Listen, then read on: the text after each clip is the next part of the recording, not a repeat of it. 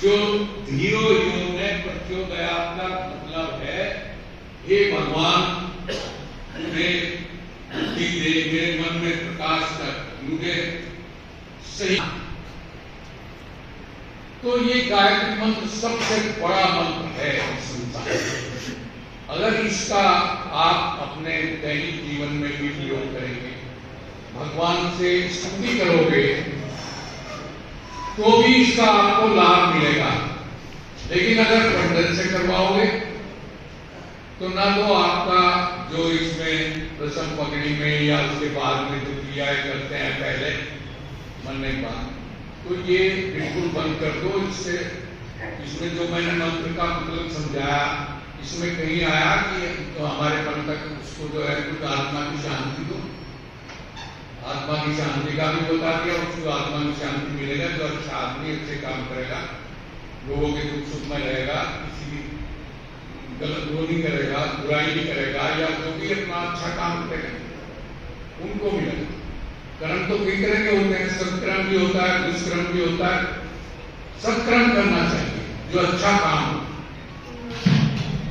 तो इसमें एक तो मृत्यु भोज मंत्र, अगर आप सब सहमत हो तो एक तो यही कि ये मृत्यु भोज के लिए आप अपने हाथ उठाएं, भाई हम विरोध करेंगे और इसमें हमारा कोई भलाई नहीं है, ना हमारा इससे कुछ। दो, गायत्री मंत्र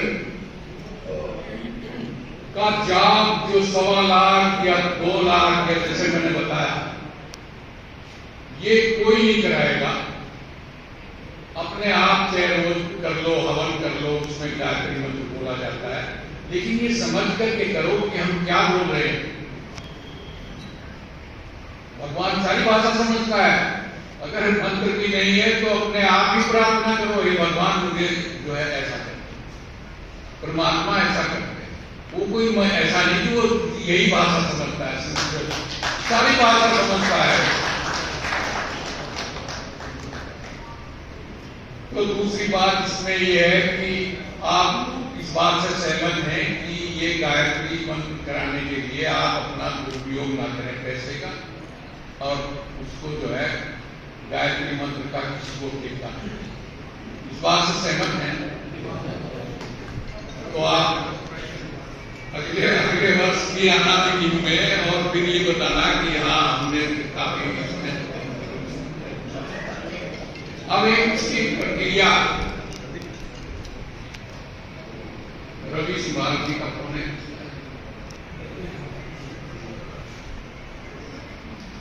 एक और रखा हुआ। एक इसमें यह है कि परिपाटी से ये आ रही है कि पंडित को बुलाते हैं और वो उनका कुछ मंत्रों के उसके उच्चारण के बाद में वही सब अपना ईश्वर से वही प्रार्थना करता है। भाई शांति पाठ होता है, उसकी आत्मा की शांति के लिए प्रार्थना करता है। वो सही करता है या गलत करता है। मेरे से पंडित बहुत से नाराज भी हो गए इसमें, क्योंकि आजकल बहुत सुबह ना तो मंत्र आते ना बहुत सुबह दिन आते, वो एक औपचारिकता पूरी करने के लिए आते। तो इस क्रिया में जो रसम पगड़ी के टाइम में जो भी विद्वान हो, आज विद्वान खत्म हो गई तो वो इसको पूर्ण कराए। मैं दतियाने में गया था, ये भगत जी जो वहाँ जो है वहाँ एक अच्छा विद्वान आदमी में जो है वो उन्होंने संस्कार कराया, उनका गुजर गए और हम बड़े प्रभावित हुए। और वो बहुत ज्यादा बात हमारे से भी अच्छी बात जानता था। तो ये आर्य समाज कैसे करते हैं? आर्य समाजी जो 5 कितने मंत्र होते हैं पुष्पेंद्र? वो 8 मंत्र शांति के होते हैं। संस्कृत भाषा में हम ये प्रार्थना करते हैं ईश्वर से कि हे प्रभु, जो भी हमारे से है, हमारे में तो कुछ है नहीं, हमारे जो वो हैं उनको भी जो तू माफ कर, क्षमा कर, हम आगे नहीं करेंगे ऐसा, और तू हमें जो है ये शांति प्रदान कर। ये शांति पाठ करते हैं, ईश्वर से प्रार्थना करते हैं। अगर वो आपको कोई आर्य समाज का ऐसा आदमी मिल जाए तो उससे जो है ये कराए, वो भी बहुत उपयुक्त रहता है इसमें। तो या तो विद्वान आदमी से पाठ कराएं या किसी आर्य समाजी से कराएं। ये तो इसमें आपकी समझ है, जो उपलब्ध होगा वही आप करेंगे, और नहीं तो ऐसा प्रयास करो आपके आसपास कोई भी आर्य समाजी परिवार रहता हो वो इसको करा सकता है। आर्य समाज का कोई भी शांति पाठ करेगा और कोई उसमें वो नहीं है। और वो फिर पगड़ी तो जो है वो बांध देते हैं, उसमें उसकी जिम्मेदारी एक तरह से परंपरा है कि इसका उत्तराधिकारी कौन होगा।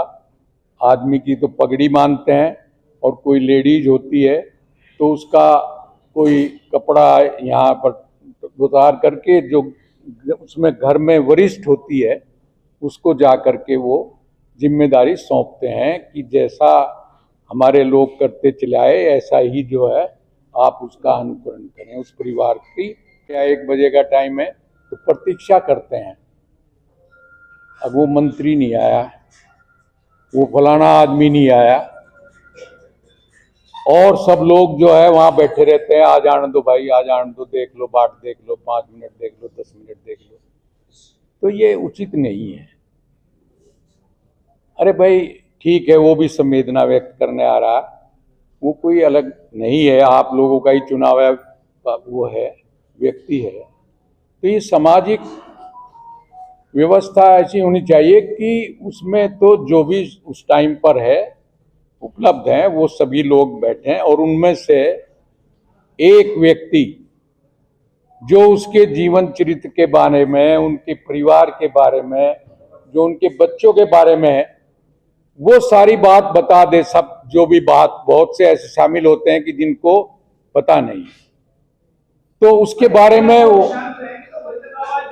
हाँ, अरे मेरी आवाज नहीं आ रही क्या पीछे? आ रही तो ठीक है, मैं अभी तो कड़क है मेरी आवाज, ऐसा थोड़ा ही तो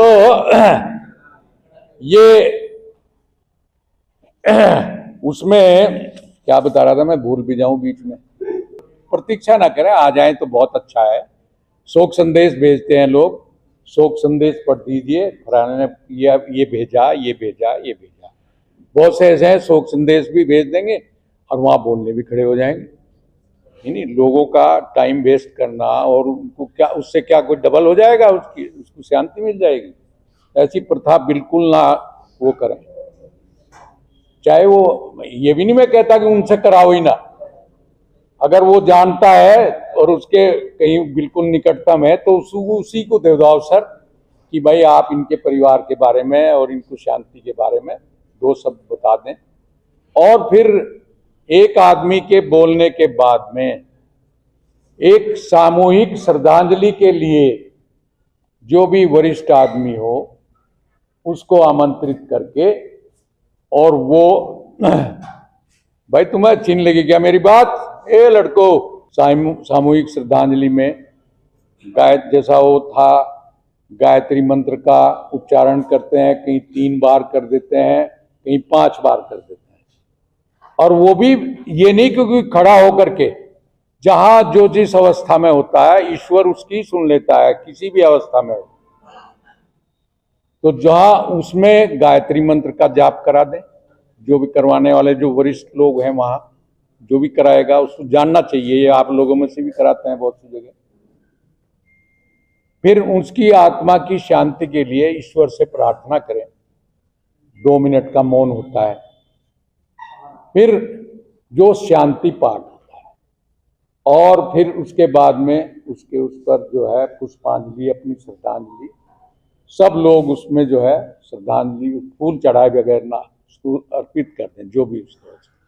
तो ये एक रस्म पगड़ी का एक ये सिस्टम बना लो इसमें, और ज्यादा वो भी नहीं करो। जैसा बहुत अब तो 3 फंक्शन करने लगे मरने पे भी, एक तो जिस दिन जो उनका दाह संस्कार होगा वो तो जो है जितने लोग होंगे वो करेंगे। बहुत दूर दूर से उनको सूचना दे दो, लेकिन चलो जो आता है उसमें वो तो आ जाए दाह संस्कार के टाइम। फिर फूल चुगने में जो है वो समय देते हैं और उसमें आ जाओ तो उसके समय में बहुत सी बार धुंध होती है, रास्ते में बहुत दिक्कत होती है, कई जगह एक्सीडेंट भी हो जाते हैं। तो इसमें जो वहाँ के लोग हैं वो उसमें जो साधारण प्रक्रिया है उसके जो फूल चुग करके और वो अपना गंगा जी में सुक्करताल या जहाँ भी व्यवस्था है वहाँ उसे प्रवाहित कर दो। तो ये एक व्यवस्था का वो मैंने दिया और सिर्फ 2 चीज़ों का मैंने वो कराया आपसे, एक तो गायत्री मंत्र का और एक उसका रसम पगड़ी का। दहेज के बारे में बहुत चर्चा हुई और चौहान साहब का और अभिषेक जी का इसमें भी, या बहुत से लोगों का ऐसा हो गया कि दहेज क्या है, दहेज की परिभाषा क्या है, फलाना क्या है। असल में देखो बड़े उससे सोचने की बात है। ये बात ठीक है इनकी कि कोई भी बाप अपनी सामर्थ्य के अनुसार अपनी लड़की को अपना विदा ऐसा करना चाहता है सम्मान से। मैंने कहा अपनी सामर्थ्य के अनुसार और अपनी इच्छा के लिए, अपनी खुद के लिए, उसको वो सम्मान के लिए वो उसको अच्छी तरह से विदा करना चाहता है। अगर जो देता है अपनी लड़की को देता है, चाहे वो वस्त्र के रूप में देता है, चाहे जैसी उसकी श्रद्धा है वो दे दे, अपना मन बना ले या जो भी देना चाहे दे दे, उसमें कोई दिक्कत नहीं। लेकिन दहेज जो है जब ऐसा रूप ले लेता है कि उसमें जैसे गाय भैंस का सौदा करते हैं, भाई ये गाड़ी नहीं आने की, ये गाड़ी आएगी, ये फलाना आएगा, ये उसमें ये होगा, खाने में इतना खर्च होगा। लाला लोग तो ज्यादा करते हैं, हमारे यहाँ तो खैर इतना करते नहीं। तो ये बिल्कुल बहुत ही गलत बात है, ये बंद होना चाहिए। यानी मांगना, हाथ फैलाना, उससे ये प्रार्थना करना कि ये हमें दे दे, अरे ये तो जो है इससे अच्छा तो तुम कहीं और ही मांग लो जहां से ये अच्छी वो नहीं है, मैं समझता नहीं इस बात। ऐसी जगह बल्कि मैं तो ये कहता हूं रिश्ता भी ना करो, जो इस तरह से कंडीशन लगा करके और अपने लड़के की शादी करना चाहता हो। मेरा और डॉक्टर साहब का जहां भी हमने बीच में कहीं अब तक प्रयास किए कि भाई ये रिश्ता हो जाए, अच्छे हैं दोनों परिवार, लेकिन हम कामयाब नहीं हुए उस रिश्ते को सफल बनाने में। और वही रिश्ता मतलब हम तो निकल गए बीच में से, फिर वो ऐसे लोगों ने करा दिया बीच में बढ़ करके, अब जो है उसको भी खुश कर दिया और उसको भी खुश कर दिया और दोनों ने जो है अपना वो शादी होगी। क्यों हमारे से जो है कहा, मतलब उनकी ये तो हिम्मत नहीं थी कि ये कहो उनसे गाड़ी देगा या देगा। अब उन्होंने जो है आई का ही काट दी कि अभी देखेंगे, ये भी सोचेंगे, और फिर उन्होंने दूसरा आदमी भेज करके उस रिश्ते को मैच्योर किया, पैसे मांगे। तो ये दहेज है, ये दहेज है, यही तो कहना चाह रहे थे आप। हाँ बस बस हाँ। तो यहाँ वही ये दहेज की परिभाषा है जो मांग करके दिया जाता है। और वो कुछ ही करो बच्चों, चलो चलो छोड़ो। तो ये दहेज की से बचो। और मैं तो ये कहता हूं जो आदर्श विवाह है, आदर्श विवाह कि ये भी कहते हैं भाई देखो भगवान ने हमें भी दे रखा और तुम अपनी जो कुछ देना है अपनी लड़की को दे देना, हमें 1 रुपया नहीं चाहिए, हमारे लिए कुछ नहीं चाहिए। 1 रुपये की भेंट दे दे वो या 10 रुपये की भेंट दे दे, वो एक अलग बात है।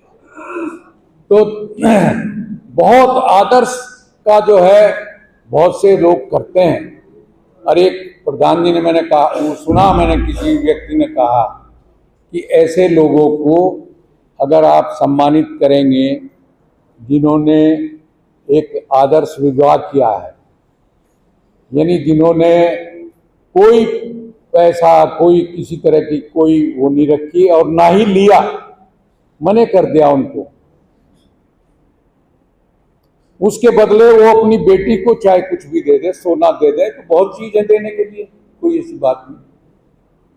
एक ऐसे आदमियों का सम्मान होना चाहिए।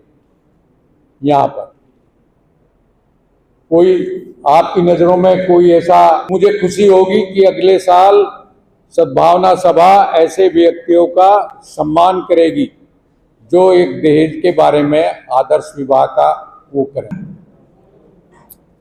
और ये बात जो है ये तो बहुत ही घटिया बात है।